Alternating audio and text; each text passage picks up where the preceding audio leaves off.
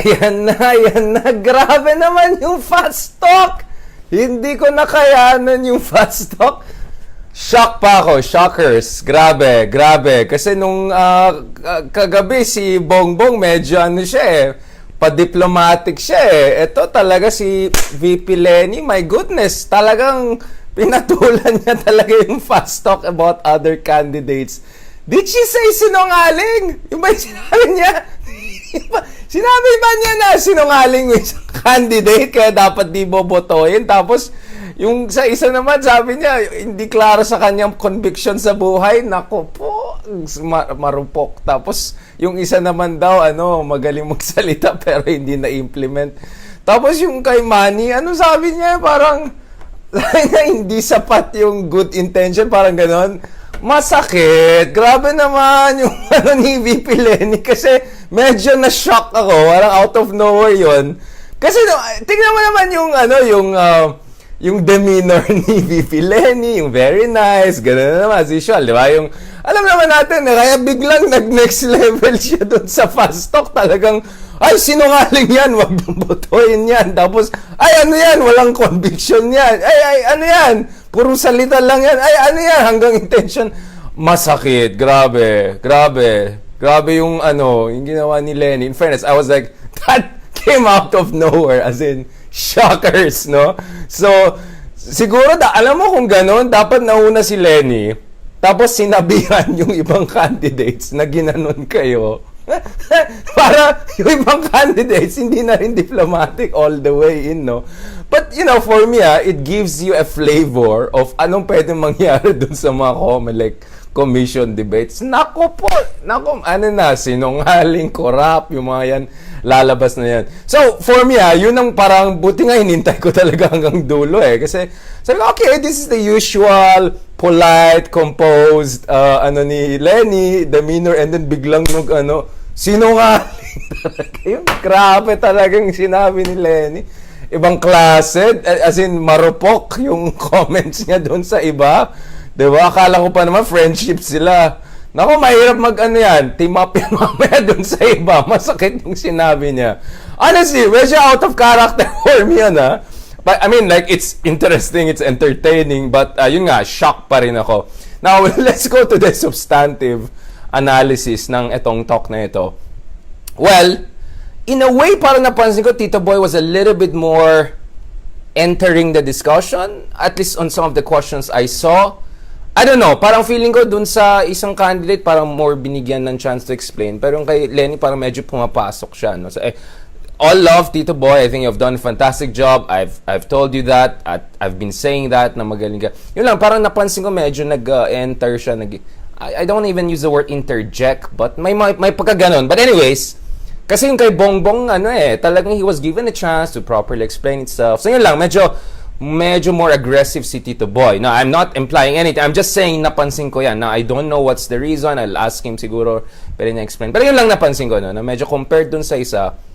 Now, you could say that's good kasi na-encourage na more back and forth, no? And I think medyo pinush si Lenny to, hindi lang to be nice, but talaga go all the way, no? In terms of explaining things, no? Now, let me first start with areas where I think I like, I do like yung mga sagot ni VP Lenny in a way that reassuring ito. If naging presidente itong taong to, parang okay, that was very reassuring. I'm glad to have heard of that. One second.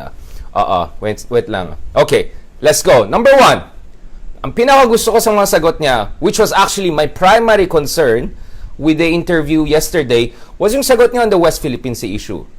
Salamat, at least minention ni Lenny na unang-una, there is a problem with framing the issue as a question of war. In fact, to be honest, dun sa lahat ng tanong ni Tito Boy, ito yung pinaka hindi ko parang nag-gets na parang, why would you even frame yung issue ng West Philippine Sea as war? As if naman, di ba? When was the last time China went to war with the country? Yung full-fledged war was what? 1979 with Vietnam. And partial war, Johnson-South Reef, 1988. So, since the end of Cold War, China has not engaged in a direct armed confrontation with any country in any serious sense of the word. Si Pinoy na nga dinala niya yung China sa international court. May war ba? Wala. So, the framing is problematic to me. The framing is problematic to me. Sana yung tanong ay hindi ganun, na parang, ang tanong more is like, how do we best defend our interests and sovereign rights sa West Philippine Sea? Yun dapat ang tanong. Yung parang kaagad, can we afford a defensive war? Parang ano yun? Because China is not, China is not even in a war mode. In fact, the moment there'll be a war between China and the smaller countries, anong mangyari dyan? Di sirang-sira ang China, maging mukhang bully sila na big time. Di yung mga ibang bansa, doon na sila sa US. There are costs for China. No? There are costs for China. But anyways, nagustuhan ko yung sagot ni Lenny kasi yun nga, first of all, sinabi niya, oh wait, chill lang tayo, bakit war ang pinag-usapan? Ang issue dito, and this is Geopolitics 101, ang issue dito is, how do you leverage your existing assets para madepensahan yung interest mo? No? So in this case, we have alliances.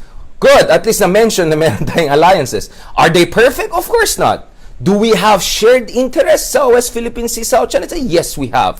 Alliances is about how do you work together yung sa areas na may shared interest kayo. So clearly, whether it's US, whether it's Japan, whether it's Australia, I could even add India and Britain into the issue, lahat sila may interest na hindi masakop ng China yung South China Sea, no? At hindi magiging Chinese lake ito, no?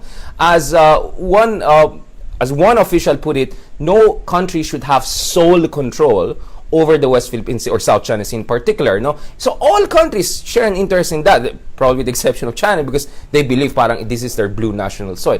So yun, common sense, how do you leverage it? How do you also leverage yung arbitration award natin? Again, sana, I was hoping na medyo, remember, hindi ICJ ang issue dito. This was not an arbitration case that required consent of both parties kasi hindi naman ito pumunta sa International Court of Justice, no? Doon, kasi ang usapan is sovereignty, kailangan talaga ng consent yan. In fact, even the Philippines during era, punta kayo sa site ng International Court of Justice, even the Philippines expressed reservations on the issue of international arbitration vis-a-vis sovereignty disputes.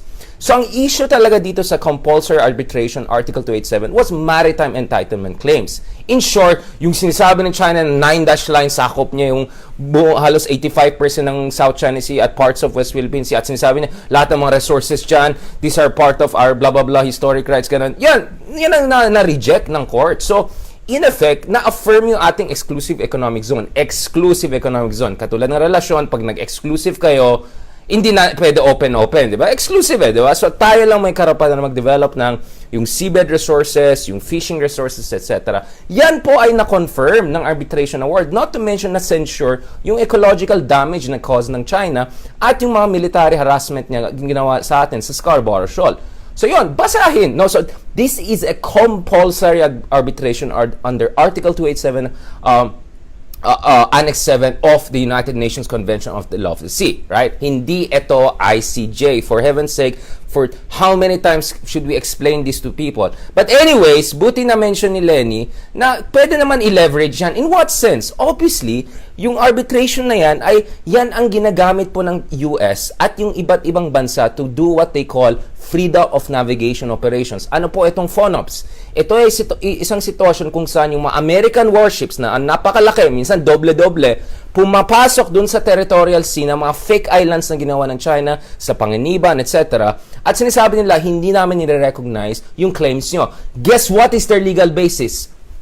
The arbitration award. Now, US, yung Senate nila, may mga pasaway na Republicans dyan, hindi na-ratify yung UNCLOS. But, the US Navy and Armed Forces observe the relevant provisions of UNCLOS as customary international law. Contrast that to China, which actually has ratified it, membro na siya, full-fledged, pero tignan mo naman yung compliance level. So, again, let's be very clear about this kasi may mga bloggers, may mga may biglang naging attorney yung iba, na naging eksperto na iba sa UNCLOS. My goodness naman, di ba? Let's look at the nitty-gritties at depensahan mo naman yung international law kung it's serving you. Huwag mong i-undermine yung international law or i-dismiss yan, di ba? At huwag natin pag-usapan yung issue ng war. So in short, in fairness kay VP Lenny, and then yung sa dulo, medyo minention din niya, yung kailangan natin palakasin yung kakayahan natin. As I said, obviously, this is not about matching China. There's just no way any one of us in the region, Southeast Asia, can match them. But that's not the point. The point is to become what Lee Kuan Yew said, we have to become a poison shrimp. Para yung bigger fish, they won't bite us because alam nila ma-poison sila. Yes, kaya nila tayo, pero ma-poison sila. Or, as we mentioned, to be a porcupine, no? Porcupine, para kung kinagat tayo, kayong medyo ma-hurt dyan, di ba? And we can still survive it. Kaya it's all about minimum deterrence capability. So in fairness to LENI, I think she came quite strong on that point. Now, it's also interesting that doon sa issue ng ICC kay Tatay Digong, she didn't say na kailangang ipakulong si Tatay Digong because, you know, as a lawyer, I think as any Democrat, you have to follow due process. But she recognized na kailangan ng international investigation, etc. kung there is an indication that domestic courts or judicial institutions are not up to the task for whatever reason, no? So interesting, yes, but with a caveat in terms of in terms of ICC investigation. I think that was a good answer. I think that was a good answer. It was a lawyerly answer in the sense that you emphasize the rule of law and due process for anyone, whether it's Tatay Digong or anyone ordinary Filipino, among other things. So yun, I think I like that. Yeah, so yung fast talk, grabe, biglang, wow, marupok, di ba? And then, next level, di ba? Hindi ko nakayanan. Maganda yung sagot sa West Philippines. I really like that. Not because it's LENI per se. I mean, anyone saying those things, common sense yan for anyone who understands geopolitics at may konting patriotism, no? Common sense yan. Na minention yan. I'm glad na minention yan. And then, of course, now, let's go to the other parts na parang